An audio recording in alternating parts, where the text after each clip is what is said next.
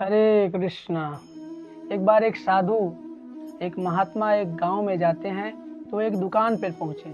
तो दुकान पर जब वो पहुंचे तो बहुत सारे डिब्बे रखे हुए थे जिसमें अलग अलग सामान रखा हुआ था। तो उन्होंने दुकानदार से पूछा कि भाई इस डिब्बे में क्या रखा हुआ है। दुकानदार ने कहा इसमें नमक रखा हुआ है। दूसरे में क्या रखा हुआ है तो उसमें तेल रखा हुआ है। दूसरे में क्या रखा हुआ, उसमें जीरा रखा हुआ है। तो उसमें क्या रखा हुआ, उसमें हींग रखा हुआ है। इस प्रकार से 10-15 डिब्बों की लाइन लगी हुई थी और सब में एक एक सामान रखा हुआ था। उस दुकानदार ने सब उस महात्मा को सारी वस्तु बताई। एक उस सब डिब्बों के पीछे एक डिब्बा रखा हुआ था। सब डिब्बों के पीछे जो डिब्बा रखा हुआ था वो बिल्कुल खाली था। तो महात्मा ने पूछा कि वो पीछे जो डिब्बा दिख रहा है उसमें क्या रखा हुआ है। तो उस दुकानदार ने कहा कि वो डिब्बा राम राम है ना, उसमें राम राम है। तो महात्मा को कुछ समझ नहीं आया। तो उन्होंने कहा कि ये राम राम का मतलब क्या, वो डिब्बा तो मुझे खाली दिख रहा है और आप ऐसा बोल रहे हैं कि उसमें राम राम है। तो तुरंत जो है जब उसने कहा दुकानदार ने कि जो डिब्बा हमारे यहाँ की रीति है, जो डिब्बा खाली होता है हम उसको राम राम बोलते हैं। संत महात्मा जो थे बुद्धिमान थे, तुरंत उनके दिमाग में क्लिक किया, बात बिल्कुल समझ में है। हमारे समझने लायक इसमें बात क्या, इस कहानी से हमें क्या सीख मिलती है।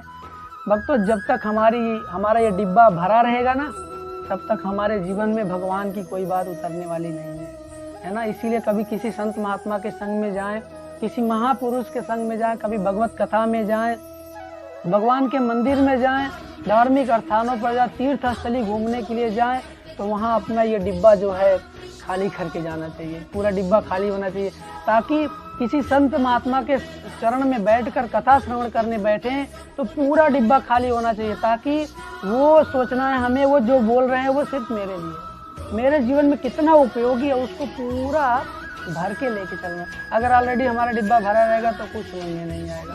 हमारा यही भाव, हम लोग क्या है, मैं अपनी बात बता रहा हूँ, आप लोग तो महान भक्त हैं।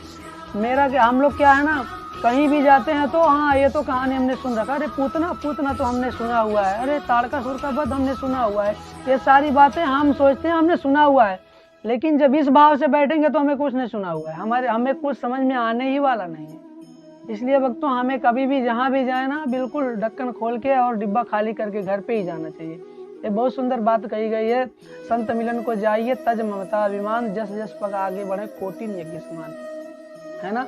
तो संत को मिलने के लिए जाएं तो सब कुछ तज ममता अभिमान, ममता और अभिमान, ये वैराग्य के भाव से उनके पास जाना चाहिए।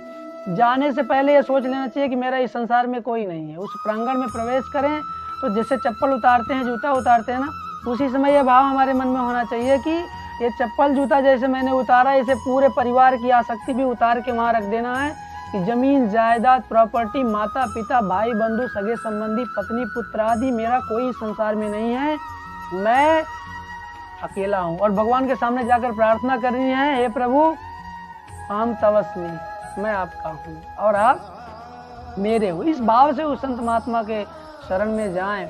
हमारा क्या, हम तो सोचते हैं बस जल्दी से मंदिर निकलें कि बाहर पत्नी वेट कर रही है, बच्चे वेट कर रहे हैं, मंदिर से निकलकर ये सामान खरीदना वो सामान खरीदना है। ये भाव भक्तों कभी नहीं होना चाहिए। हमारा भाव होना चाहिए जब भगवान की शरण में जाएं, किसी संत के शरण में, तो भगवान से यही प्रार्थना करनी, प्रभु मैं आपका हूँ और आप मुझे स्वीकार करें, मेरा कोई नहीं इस संसार में। जब तक ये भाव पैदा नहीं होगा भगवान स्वीकार नहीं करेंगे हमको, है ना। भगवान तो कहेंगे तुम्हारे अपने तो हैं, उनके पास जाओ।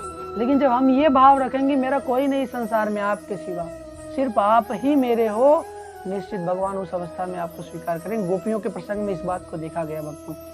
जब भगवान ने वेणु बजाया तो गोपियां रास करने के लिए भगवान के पास वृंदावन में गई। वन में जब गई तो भगवान ने डांटा उनको, अरे तुम लोग क्या कर रही हो, तुम क्यों आई, तुमको वापस जाना चाहिए, है ना, तुम अपने पति पुत्र इत्यादि को छोड़कर आई हो, तुम वापस चली जाओ।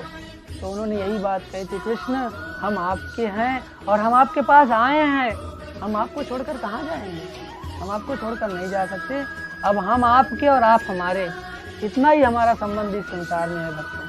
ये संबंध जितना जल्दी स्थापित हो जाए, जितना जल्दी इस बुद्धि में फिट हो जाए, उतना ही हमारा कल्याण हो जाएगा। हरे कृष्ण।